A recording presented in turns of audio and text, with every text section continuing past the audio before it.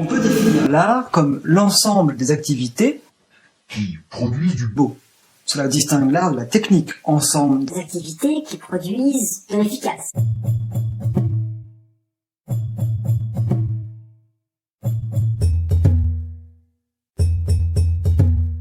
Il y a de la technique dans l'art.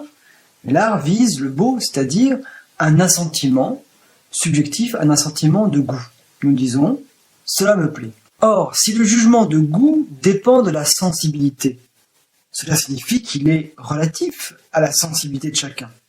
Et dès lors, des goûts et des couleurs, comme on dit, on ne discutera pas. Autrement dit, le jugement de goût ne sera pas susceptible d'une démonstration, il ne fait pas l'objet d'une connaissance, il semble être bien définitivement, radicalement, irrémédiablement renvoyé à une subjectivité toujours relative au sujet. Ah oui, mais tout de même c'est curieux, parce que lorsque nous disons que quelque chose est beau, nous disons précisément cela, c'est beau. Nous ne disons pas ça me plaît, nous disons c'est beau. Autrement dit, notre jugement de goût prend bien la forme d'un jugement objectif par lequel nous semblons bien déterminer les caractéristiques objectives de beauté de l'objet. Alors on voit ici le problème se poser, est-ce que le jugement de goût en art est irrémédiablement subjectif, est-ce qu'il ne relève que de notre subjectivité, ou bien au contraire peut-il prétendre à une certaine objectivité et par là même à une certaine universalité, puisque l'objectivité c'est ce qui est propre à tout sujet.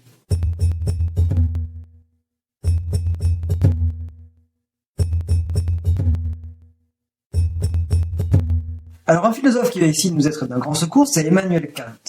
Emmanuel Kant est l'un des philosophes qui a fondé l'esthétique, c'est-à-dire la réflexion philosophique sur l'art. Et Kant commence par formuler très fortement cette observation que le jugement de goût est irrémédiablement subjectif. Il relève de la sensibilité de chacun.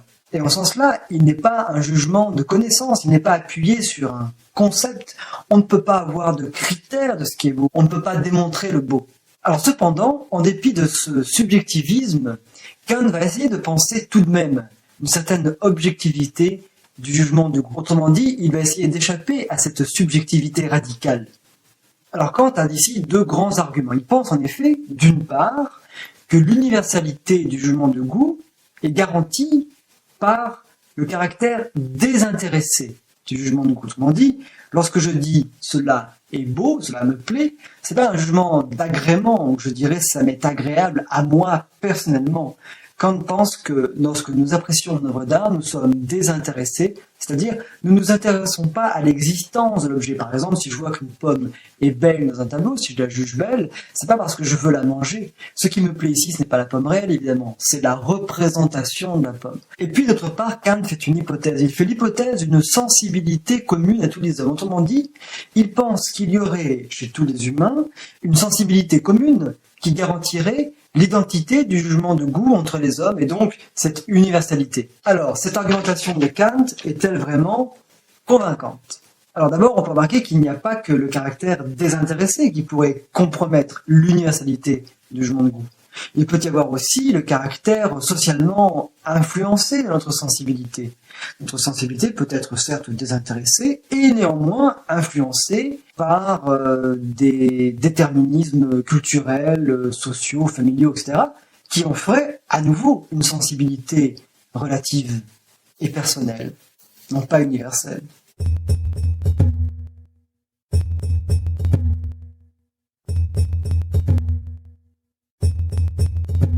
Mais ce n'est pas tout.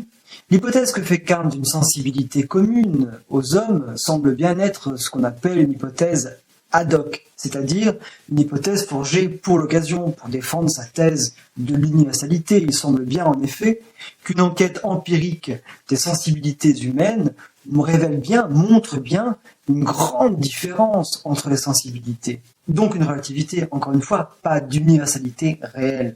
Alors ainsi donc, Kant semble bien nous convaincre très fortement de la subjectivité du jugement de goût, mais semble échouer à nous convaincre de la légitimité, de la prétention à l'objectivité. Autrement dit, il semble bien échouer à nous convaincre que le jugement de goût puisse être universalisable. Mais alors s'il n'y a pas de démonstration possible en goût, s'il n'y a pas de connaissance, cela signifie-t-il qu'il faille renoncer à toute éducation du goût? Faut-il se résoudre à une incommunicabilité de nos jugements de goût? Alors non, certainement pas. Mais il faut bien comprendre ici qu'il n'est pas possible de changer le goût de quelqu'un. Par contre, ce que l'on peut faire, c'est changer sa perception d'une œuvre. Autrement dit, ce que l'on va éduquer, ce n'est pas tant son goût, mais son regard.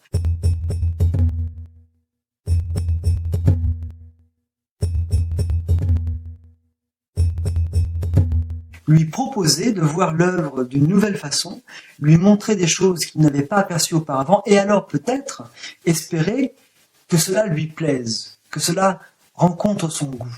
Et donc voici, l'éducation artistique consiste non pas tant à formater un goût, qu'à proposer à ce goût des évaluations positives.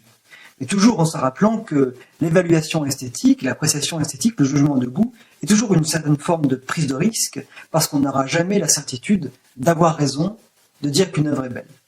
Mais cela, vous l'avez compris, ne devra pas gâcher notre plaisir esthétique.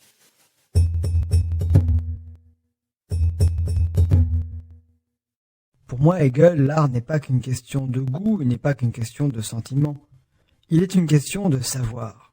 J'affirme qu'il existe dans l'art une connaissance de l'esprit absolu. Mais évidemment, cette connaissance, elle n'est qu'immédiate, elle n'est qu'intuitive. Ce n'est pas encore une véritable conception. C'est que l'art, en effet, est cette unité du sensible et du spirituel. L'art, c'est finalement l'incarnation d'un contenu de pensée dans une forme sensible. Ainsi, dans l'art, le sensible est spiritualisé, puisque l'esprit y apparaît sous une forme sensible. C'est pourquoi aussi, justement, j'annonce la fin de l'art, parce que l'esprit doit finalement échapper à la représentation sensible. L'absolu va passer à la philosophie. Et c'est pourquoi je peux dire que l'art reste pour nous, quant à sa suprême destination, une chose du passé. L'art n'est plus la forme la plus élevée sous laquelle s'exprime la vérité. Finalement, pour moi, Hegel, ce qui compte, c'est le contenu spirituel, et pas tellement la forme sensible.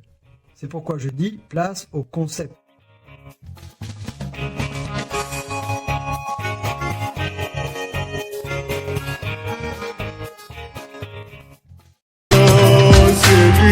Ma chérie Coco, on va me laisser solo. Chérie Coco, on va me laisser solo.